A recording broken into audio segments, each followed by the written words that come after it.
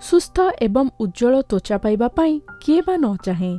तेबे आपण जदि चा प्रेमी होइथांती जानी खुशी हेबे जे किछि चा रहिछि जहाकू पीबा द्वारा त्वचा सुस्थ एवं उज्जवल होइथाए। ब्लू टी बा रोज टी एहा विटामिन सी रे भरपूर होइथाए। एथिरे अनेक उपकारिता रहिछि। एहा स्किन रे कोलाजेन रो प्रोडक्शन कराइथाए जहाकि स्किन को उज्जवल करिबारे सहायक होइथाए। एहा सहित एही चाटी ऋतुस्राव समय हेउथबा जंत्रणा को मध्य रोकिथाए। जिंजर टी तो एक लोकप्रिय चा भाबे जणा जाए। एहाको प्राय प्रतिटी घरे प्रतिटी लोक पियंती।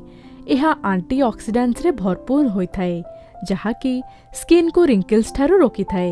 लेमन टी एतेरे एंटीऑक्सीडेंट्स एवं विटामिन सी रहिछि। प्रतिदिन लेमन टी रो सेवन करिबा द्वारा त्वचा उज्जवल होइथाए। एहा सहित लेमन टी त्वचा को भीतरु सफा करिथाए।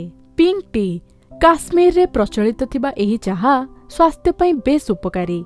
खास करी त्वचा एवं केश पई एहार अनेक महत्व रहिछि। पिंक टी रो सेवन करिबा द्वारा केश सुदृढ़ एवं सुस्थ रहिथाए। एहा सहित त्वचा मध्य अनेक हानिकारक उपादान ठारू दूर रे रहिथाए।